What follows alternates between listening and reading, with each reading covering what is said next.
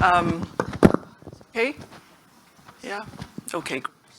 So we had some fantastic science today. I was completely blown away and really, really impressed. NAD, urolithin A, the magic that happens, Denise shared what happens when you do lifestyle intervention, omega-3 and zinc, right? All these things, it's amazing. But what happens when the science isn't heard, right? When it isn't translated? So let me tell you what it sounds like, right? For this woman, when she sat in front of a doctor, have you tried praying? Let's try not to over-medicalize this. Or we don't have, anything for brain fog. I'm sorry. Am I making this all up? The last two were directed at me, and the first one was to my co-founder, right? Now, I believe that menopause is the largest unmet geroprotection opportunity that we have. And translation is a big, big part of that. You guys are doing such fantastic research. Women like us, like me, we're not feeling it. We're not experiencing it in our day-to-day. And today I'm going to put on my hat, right, as a perimenopausal woman, also as a patient advocate, and as a member of your study cohort, right? I'm going to put on that lens, and I'm going to tell you why I think, right, that this is such an important opportunity for us to deal with. But before I progress on to the next slide, I just want to define what menopause is for me.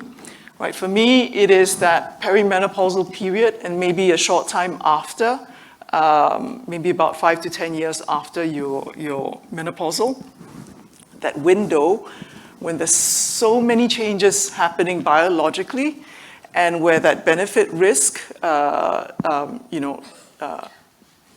is so time sensitive, right? It's that window of opportunity that's going to be important. Okay, so I'm going to start with a story just to demonstrate why the stakes are so high, and also to sort of like show you why that window of opportunity is important. Okay, let me see whether I know how to work this thing. Okay, great. So this is my mother. 15, 20 years ago, she fell, she broke her wrist, she broke her hip. So for the doctors, clinicians in this room, you know how textbook this is, right? So she was rushed to the hospital. She was very confused because she was in the initial stages of cognitive decline. She was extremely scared and embarrassed, because she was incontinent, urinary, fecal, and I remember her holding my hand and telling me, what will they think of me? But I think, she was also really unwell. We found, I didn't realize that she was so unwell, right? I knew that she had some cardiovascular issues, hypertension, high cholesterol. We also find out that she was diabetic, on that admission. But very importantly, at that point in time for me, what made me so anxious was that she was in deep, deep pain because her heart was too weak. The ortho surgeon said, we can't operate right now. She was in deep, deep pain. And then they managed to stabilize her, and then she got her surgery done. A few weeks later, she passed away of pulmonary embolism.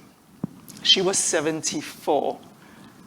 Classic textbook, right? For the clinicians among you, to the point where, Prof. Mayo was saying that they actually have a hip registry, right? Thousands of women every year per country, millions of women. This could be a woman that you love, right? Think about that. Now, was all of this avoidable? I don't know whether all of it was avoidable, but I think a large chunk of that was avoidable, right? Much of my mother's experience was set on the aging trajectory, during her menopausal years when things started to shift. So it was known, it was visible, it was modifiable, right? Okay. So let's look at the next slide. So this is what could have been. Had, the doctors known, had she known, and I carry a huge amount of guilt because I'm in healthcare consulting, right? I work in oncology, I work in women's health, I work with pharma, I work with med tech. And so I felt this incredible guilt of not having picked this up. And fast forward 15 to 20 years, this is me, right?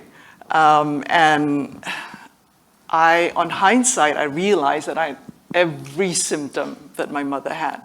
For those of you who are familiar with the menopause rating scale, right, I think my score was about 32, 33, and that's double the cutoff of what's severe. So what does that look like?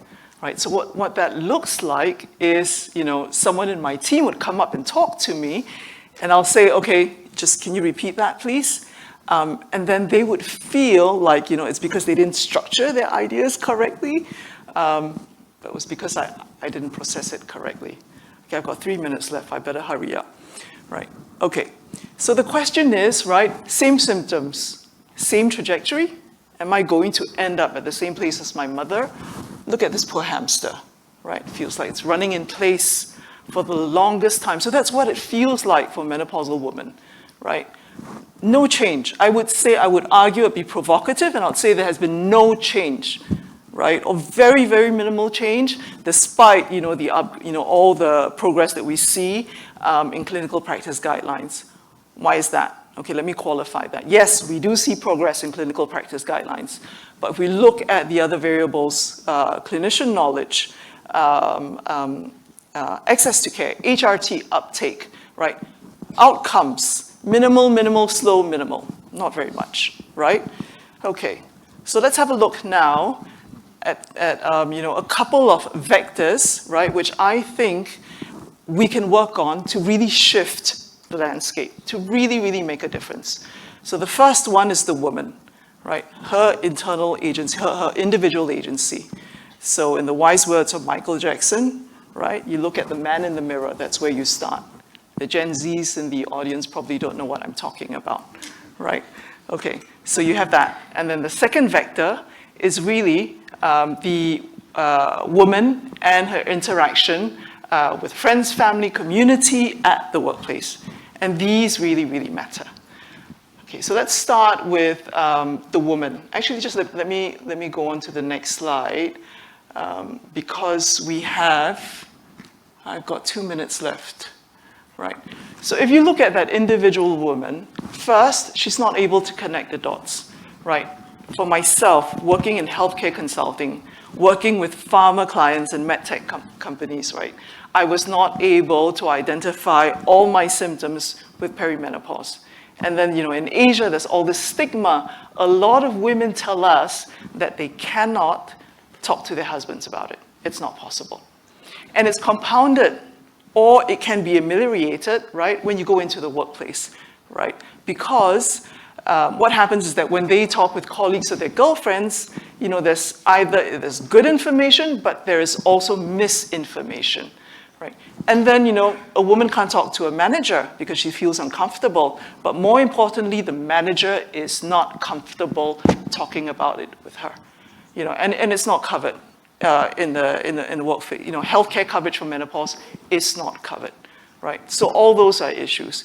And you're probably like wondering, why is she telling this is not science, right? What's this got to do with healthy longevity, right?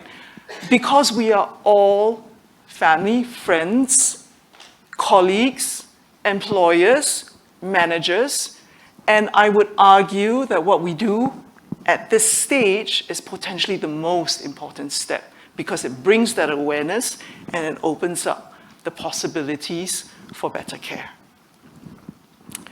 The third one is a woman and her doctor, and everything that a doctor represents, right? The healthcare infrastructure, the system, the processes, the medicine, and all of that, right? I think that the first issue that we see with the healthcare system is that the women will go in and she will find that there are no doctors. And you'll say, Diana, you're exaggerating, right? We've got GP clinics and hospitals everywhere. We're world class, right? Now, hot off the press, 6 days ago, KKH published a poster. 90% of practicing clinicians, right, say that they were not comfortable or confident in prescribing HRT. And out of that 90%, 60% managed menopausal women on a daily or weekly basis, right? I can go on and on and on here, right? My daughter says, Mommy, this is not the platform for you to rant, right? Restrain your inner auntie, so I won't, so I'll move on, right? So that's the first one, it's structural. And then there's also the fact that polyclinics don't treat menopausal women, right? We have great doctors, but they are rare, few and in between. Dr. Tash is definitely one of them, right? Concentrated in KK, and that's it. And the wait list is super long, right? So accessibility and affordability, right? Big issue. And then we also have things like, what I say, right, is translational. So I just covered structural, which is the lack of doctors, right? And then transactional, there's also fear, right? So that was what Dr. Tash was saying about the WHI study. So I won't go further on that. We have frame, okay? So this is on omega-3. So Denise talked about omega-3, so let's do a focus on that.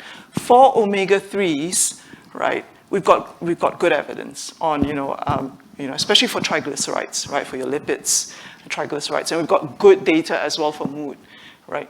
And all of these are so important because they converge at menopause. But look at the guidelines, right?